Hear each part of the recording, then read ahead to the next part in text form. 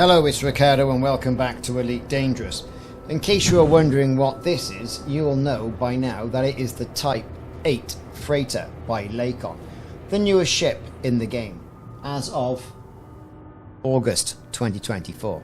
This, however, is not the standard build. This is the Stellar build. And with that comes a ship kit, some pre-built and some engineered modules, and a lovely paint job.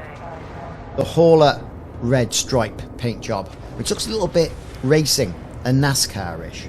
We're going to take a look and see what you get for your money. It's available to buy in-game for ARX. And as you buy it with ARX, in its current configuration, there will be a 0 rebuy. Compelling reasons.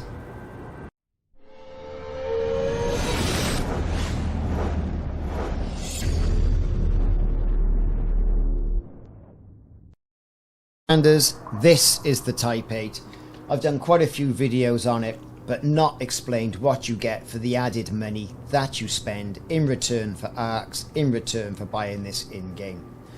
Typical Lakon ship, cockpit just like you get on the T7. Lots of wire going around it, but good visibility, one could say, until we get to the mandibles at the front. And that's something else we'll come on to. We've got that also ever elusive door at the back and some panels at the back also showing some sort of interesting data. What could it be? However, this, as you can see, is a single-seater ship. Even though you can get quite a few people in other Lakon ships, not this one. Oh no. It's not compatible with multi-crew. It's only a single-seater, which is odd, don't you think? But anyway, sometimes being the lone wolf is good. You haven't got to hear about anyone nagging you about this, that and the other. Now the Type 8 Stellar build, when you buy it for ARX, you can only ever have one of these. But it does unlock the Type 8 in the shipyard, so in standard configuration, and you can have as many of those as your credits will allow.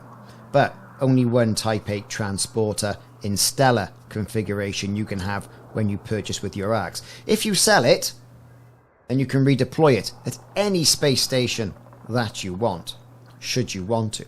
Well, let's take a little look at what you get with this Type 8 Stellar build.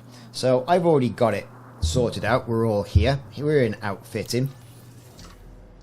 And let's have a little look of what you get with it. So you get a turreted pulse laser. Okay, that's the 2 right at the back. Now you can see there's a little shop icon next to all of these.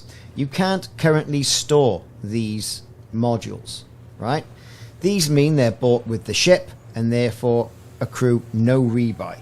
If we go out of here temporarily, over here into the home section, rebuy cost 0 credits. Oh yes, indeed.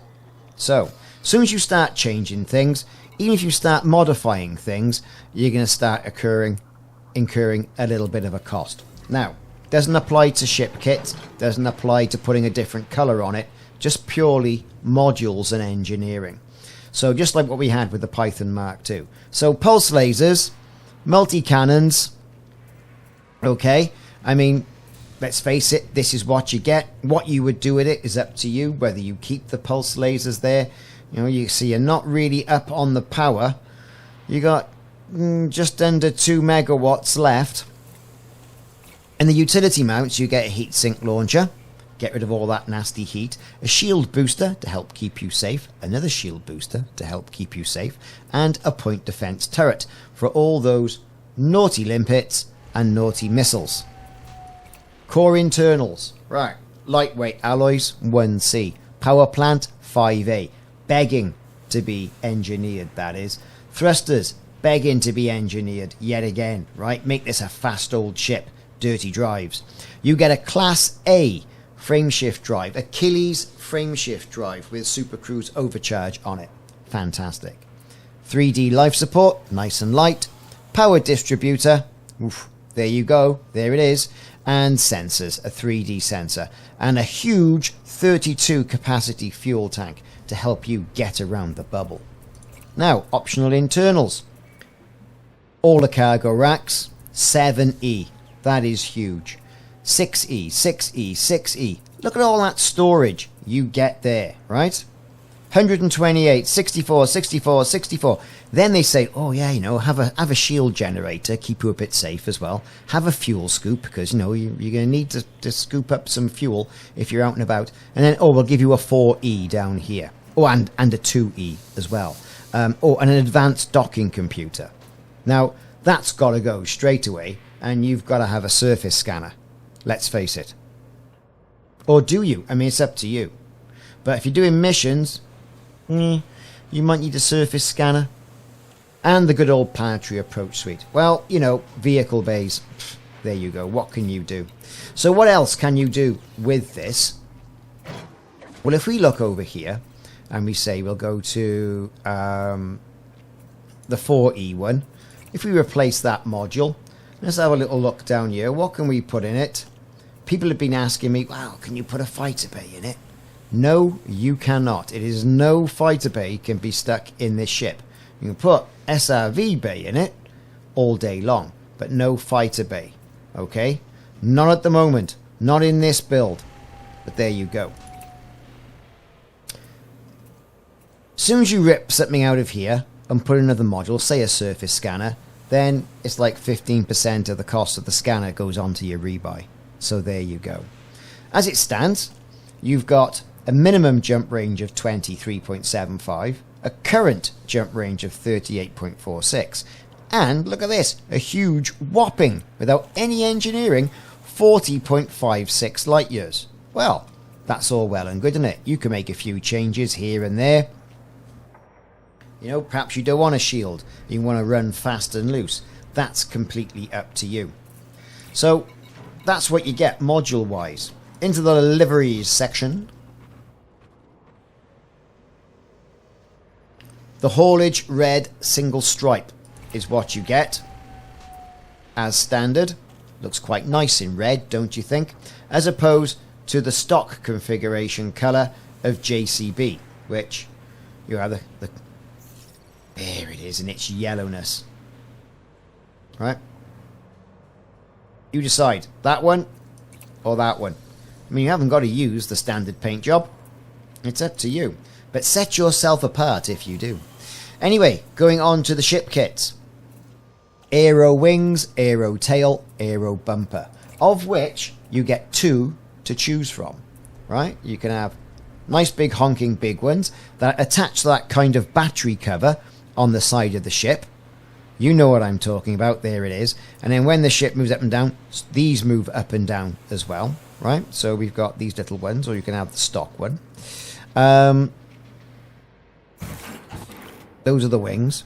Look at the tail. Now, you can have great big honking things like this. But I don't know what they're thinking. Right? But we'll put them on anyway. Or you can have the smaller ones.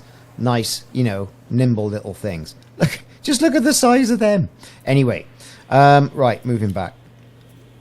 On the bumper, you can see you've got little wings at the front.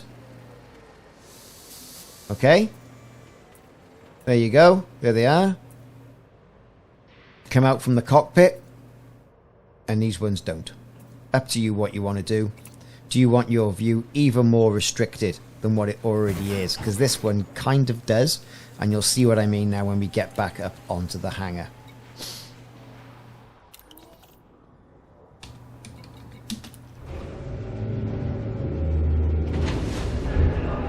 So, standard configuration or all the bells and whistles for a few more arcs? It really is up to you. So from a different angle, you can see what that ship kit does. Kind of obscures a little bit of extra there. And of course here we've got what reminds me of Thunderbirds right there, the T8. There's our bit of ship kit. And look at the size of these whopping great big things at the back. Looks like a pair of tweezers, doesn't it? Do you know what I mean? Other than that, the ship kit's pretty good. I like the checking. I like The use of colour around the engines, the white, the black, you know, the red, I like all of that. I like the little lights here and there, the puddle lights, which are also very good.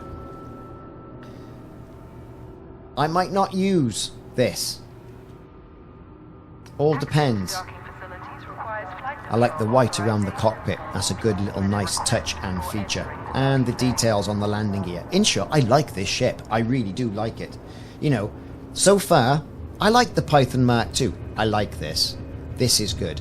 You know, it looks rough and ready. It looks rugged. It looks industrial. It looks no nonsense. Alright? Yeah, it's a little bit underpowered in the power center stage of things, but you can engineer that.